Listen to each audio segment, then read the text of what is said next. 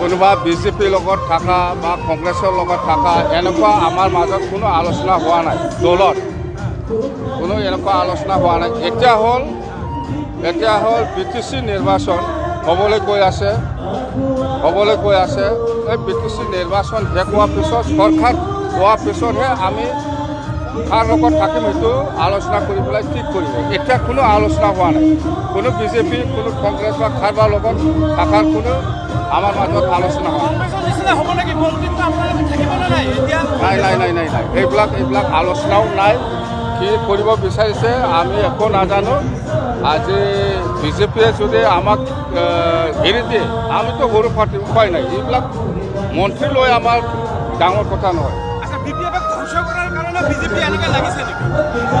আমিতো দল হিচাপে লাগাটো ইমান দেখা নাই আজিলৈকে, কিন্তু হেমন্ত বিশ্ব শৰ্মা ডাঙৰীয়া আৰু ৰঞ্জিত দাস ডাঙৰীয়া ইহঁতেহে বিৰাট মানে দলৰ প্ৰেচিডেণ্টে হয়, চেষ্টা কৰি আছে, কিন্তু আমাক নোৱাৰিব বুলি কৈছোঁ আমি।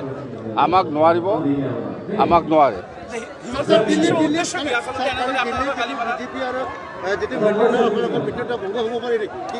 নাই মই এইবিলাক বিষয় লৈ একো নাজানো। ময়ো শুনিছোঁ অহাকালি দিল্লীত আসাম ষ্টেট বিজেপি আৰু দিল্লীত নাড্ডা ডাঙৰীয়াৰ লগত আলোচনা হ'ব বুলি আমি শুনিছোঁ।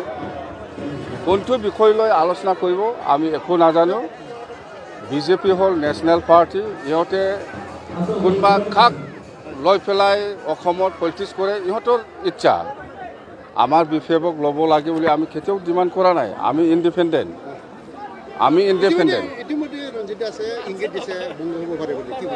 নাই ইহঁতৰ কথা বংগ হ'লে হ'ল আৰু আমাৰ কি লোচ আছে।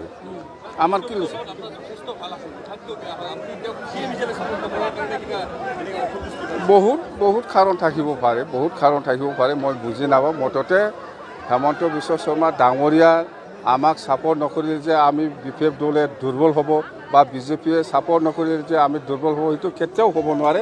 আমি বেছি ষ্ট্ৰঙে হৈ আছোঁ এতিয়া। হেমন্ত বিশ্ব শৰ্মা ডাঙৰীয়াটো CM হোৱাৰ কোনো ভাগ্যই নিমিলে তাৰ। আগতো বিৰাট চেষ্টা কৰিছিল। ভাগ্যই যদি নিমিলে আমি কি কৰিম? সেইকাৰণে মই ভাবিছোঁ BTCতে আনি পেলাই CM কৰিম নেকি, চিফ বনাম নেকি।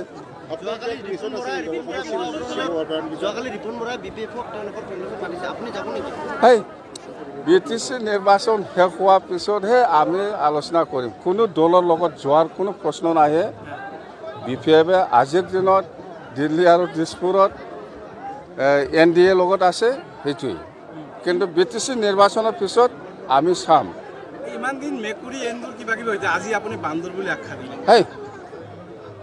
বান্দৰ আৰে মোক যদি মেকুৰী কৈ থাকে তেতিয়াহ'লেতো মই একটা নাম দিব লাগিব না, বান্দৰ। ঠিক নহয়। এইটো ঠিক নহয়। ময়ো বেয়া লাগে।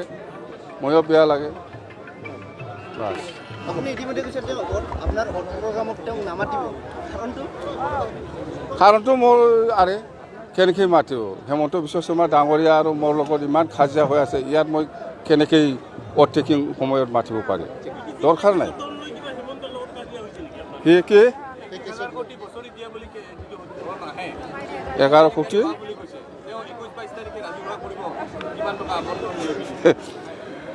হেমন্ত বিশ্ব শৰ্মা আপুনিতো ফাইনেন্স মিনিষ্টাৰ। আপুনি নিজে জানে ৰাইজক ইমান মিছলীয়া কথা ক'বলৈ দৰকাৰ নাই। আমাক হিচাপ দিয়ক 1000 কোটিত সি কিমান দিছে?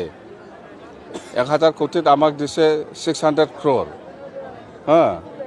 400 কোটি বাকী আছে। আৰু এতিয়া 6 ফাইনেন্স 5 ফাইনেন্স এইবিলাকৰ পইচা ক'ত থৈছে? BTCৰ পইচাবিলাক ক'ত কি কৰি ৰাখিছে? আৰু আগত সি নিজে কংগ্ৰেছত আছিল, দিল্লীও দিছপুৰত কংগ্ৰেছত আছিল। ইয়াত 250 কোটি টকা দিয়াৰ কিবা আছিল। 50% আহিছে। 50% এতিয়ালৈকে কণ্ট্ৰেক্টৰসকলক বিল দিব পৰা নাই। কামবিলাক প্ৰায় শেষে। এইবিলাক পইচা কি? মই ক'লা ধন না কি ধন?